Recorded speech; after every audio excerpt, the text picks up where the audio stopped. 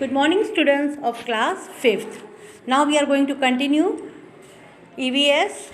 We have done lesson 2, page number 11 and 12. Now we are doing page number 13. Okay. Now, what was the impact of migration? I told you before, I have explained you, and now we are going to learn changing family structure. Okay. This is the topic, changing family structure. In the olden days, women were confined to the house. They remained busy in household chores like cooking food, washing clothes and taking care of the children in the family. पुराने time में अभी तो बहुत काफ़ी लोगों की thinking में change आ गया है, ठीक है ना। पर पहले के टाइम में, पहले ज़माने में औरतों को घर से बाहर निकलने नहीं देते थे। अब जैसे अब तो फैमिली में लेडीज़ भी जॉब करती है, फीमेल्स भी जॉब करती है, they are equal to male, okay, even they earn, वो भी कमाते ही है, फिर औरतें भी कमाती है, जैसे जेंट्स कमाते हैं, मेल कमाते हैं। तो पर पहले के ज़माने में औरतों को घर से बाहर निकलने ही नहीं देते थे। हाउस होल्ड वहाँ उस समय का ऐसा ही माहौल था। ओके, फैमिली मेम्बर्स जो है, घर के बड़े बुजुर्ग जो थे, वो लेडीज़ फीमेल्स को बाहर जाने में सहमत नहीं थे, एग्रीड नहीं थे। वो उनको बस घर के काम में ही बिज़ी रहना था, जैसे कि खाना बनाना, कपड़े धोना, अपने बच्चों का, अपनी फैमिली का ध्यान रखना। पर ऐसा नहीं है कि आज के टाइम में फीमेल्स ऐसा नहीं करती, बट आज के टाइम में फीमेल्स जो है वो बाहर जाके जॉब भी करती है, वो लोग अर्न भी करते हैं। Okay, now it is a need. Okay, so females go out to earn the money by doing jobs. Okay, they also cook food, wash clothes, take care of the children and the family, and beside this they also earn. Okay, and the next is, nowadays girls are encouraged to pursue higher education. Many of them are professionally qualified. They have started working and going out of their houses frequently. Some even run different types of business. अब आज के time में time has totally change now. तो आज के time में girls को encourage किया जाता है, उनको हाई क्वालिफिकेशंस दी जाती है ताकि वो बाहर जाके जॉब कर सके, अच्छी लेवल मेंटेन कर सके, प्रोफेशनल कोर्स भी करवाते हैं। आज के पेरेंट्स जो है, उनकी थिंकिंग थोड़ी ब्रॉड हो गई है, वो अपनी लड़कियों को भी लड़कों के बराबर समझते हैं। Girls and boys are equal, daughters and sons are equal, और उन सबको हाई क्वालिफिकेशंस देते हैं। उनको घर से बाहर जाने की छूट है ताकि वो घर से बाहर जाके कुछ नया सीखे, और वो लोग अलग अलग टाइप के बिजनेस भी कर सकते हैं। आज हम देखते हैं कि हर फील्ड में फ़ीमेल्स है, जैसे पायलट भी बनी है फीमेल्स, तो स्पेस में भी गई है females. Kalpana Chawla is the best example, you know. तो फीमेल्स जो है अब हर फील्ड में आगे बढ़ रही है।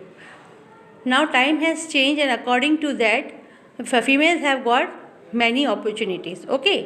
The third point is, many young boys and girls have to leave their families to go to other cities and countries for higher education or to work. Whenever a family member moves out of the house, the whole family structure changes. अब आज के time में लड़के लड़कियां family से दूर जाते हैं, या तो एजुकेशन के लिए या तो जॉब के लिए। जैसे कि बहुत सी जो है आउट ऑफ कंट्री भी जाते हैं, बहुत लोग जो है एक जगह से दूसरी डेवलप सिटी में भी जाते हैं, ठीक है ना। गाँवों से भी मेट्रो सिटीज़ में भी जाते हैं, तो हायर एजुकेशन के लिए जाते हैं और जॉब के लिए भी जाते हैं। अच्छी अच्छी अपॉर्चुनिटीज़ ग्रैब करने के लिए उनको डेवलप एरिया में जाना पड़ता है। तो ये सब जब बाहर जाते हैं तो फैमिली के स्ट्रक्चर में चेंज आ जाता है, ठीक है।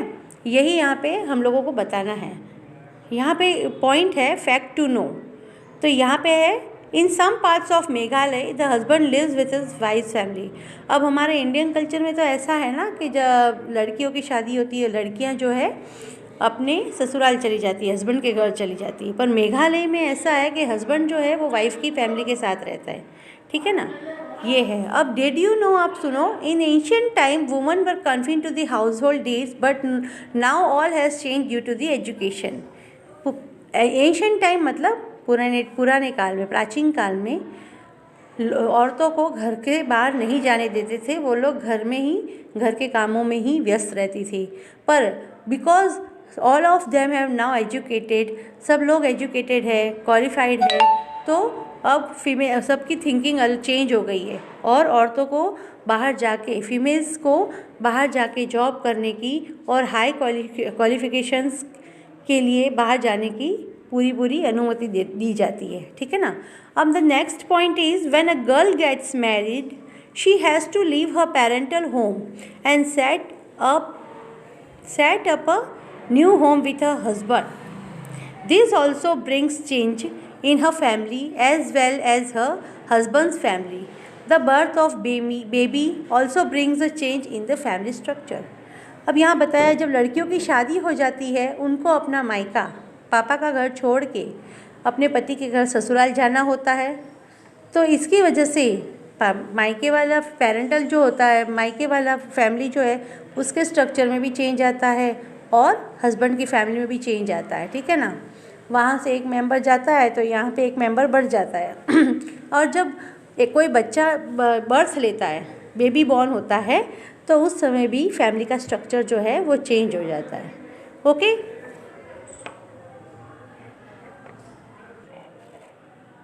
in this way we have completed the explanation of the chapter, and now in the next video we will continue the exercise activities from page number 15. Okay, page number 14, 15 and 16 we will continue the activities in the next video. Thank you children and have a nice day.